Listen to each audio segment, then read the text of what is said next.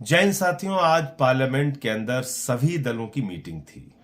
उस सर्वदलीय बैठक में मैंने अडानी के भ्रष्टाचार का मुद्दा उठाया। अडानी का भ्रष्टाचार जो पिछले 3-4 दिनों से काफी चर्चा में है। और यह भ्रष्टाचार क्या है?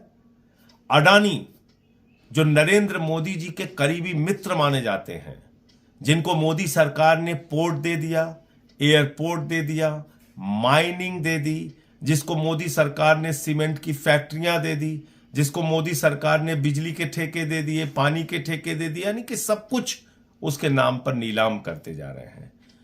उस अडानी ने एक ऐसा फाइनेंशियल फ्रॉड किया, एक ऐसा वित्तीय भ्रष्टाचार किया है जिसको आप सुनेंगे तो हैरान हो जाएंगे।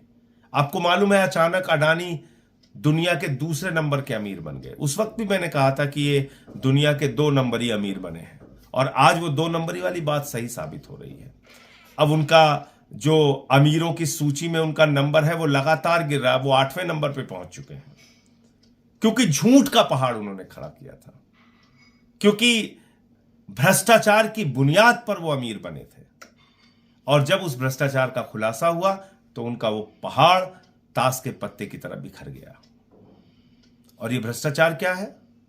अडानी ने टैक्स हेवन कंट्रीज, यानी कि ऐसे देश जहां पर कर की छूट होती है, आप पैसे रख सकते हैं, आप कंपनियां बना सकते हैं, आप पैसे कहां से ला रहे हैं इसका सोर्स बताने की आपको जरूरत नहीं पड़ती है। उन सारे देशों से, उन टैक्स हेवन कंट्रीज से अपनी ही कंपनी का शेयर खरीदा जो भारत में उसकी कंपनियां हैं। और यह शेयर क्यों खरीदा?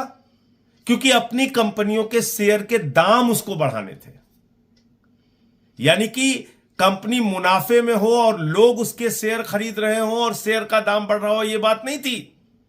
अपने शेयर का दाम फर्जी तरीके से बनाने के लिए फर्जी कंपनियां विदेशों में खोली गई, और मॉरिशस जैसे देश से, एंटीगुआ जैसे देश से, वहां से कंपनियां बनाकर अपने ही शेयर खरीद के शेयर के दाम बढ़ाए गए।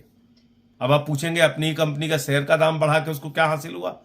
जब अपनी कंपनी के शेयर के दाम उसने बढ़ाए तो कंपनी की शेयर की वैल्यू बढ़ गई, और उस शेयर की वैल्यू बढ़ने के आधार पर, शेयर की वैल्यू फर्जी तरीके से ओवर वैल्यू करने के आधार पर, शेयर के नाम पर लाखों करोड़ रुपए का कर्जा बैंकों से उसने उठा लिया।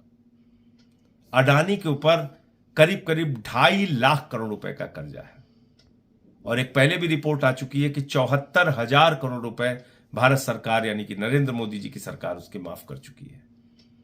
अपनी कंपनी के शेयर के दाम बढ़ाकर, फर्जी तरीके से दाम बढ़ाकर, LIC से, SBI से, जहां पर जनता की गाढ़ी कमाई का पैसा जमा होता है, वहां से लाखों करोड़ रुपए का कर्ज ले लिया। LIC को निर्देश दिया भारत की सरकार ने कि अडानी के शेयर खरीदो। और आपको मालूम है LIC ने कितना शेयर खरीदा है अडानी का? 87,000 करोड़ रुपए का शेयर खरीदा है। इसी प्रकार से हजारों करोड़ का कर्ज SBI ने दिया है और तमाम बैंकों ने दिया है।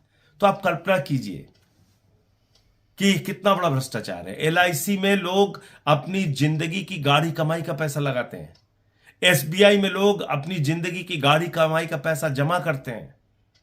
क्या नारा है LIC का? जिंदगी के साथ भी और जिंदगी के बाद भी। यानी कि ईश्वर ना करे कि आपके साथ कोई दुर्घटना हो जाए तो आपके परिवार का सहारा बनेगा LIC।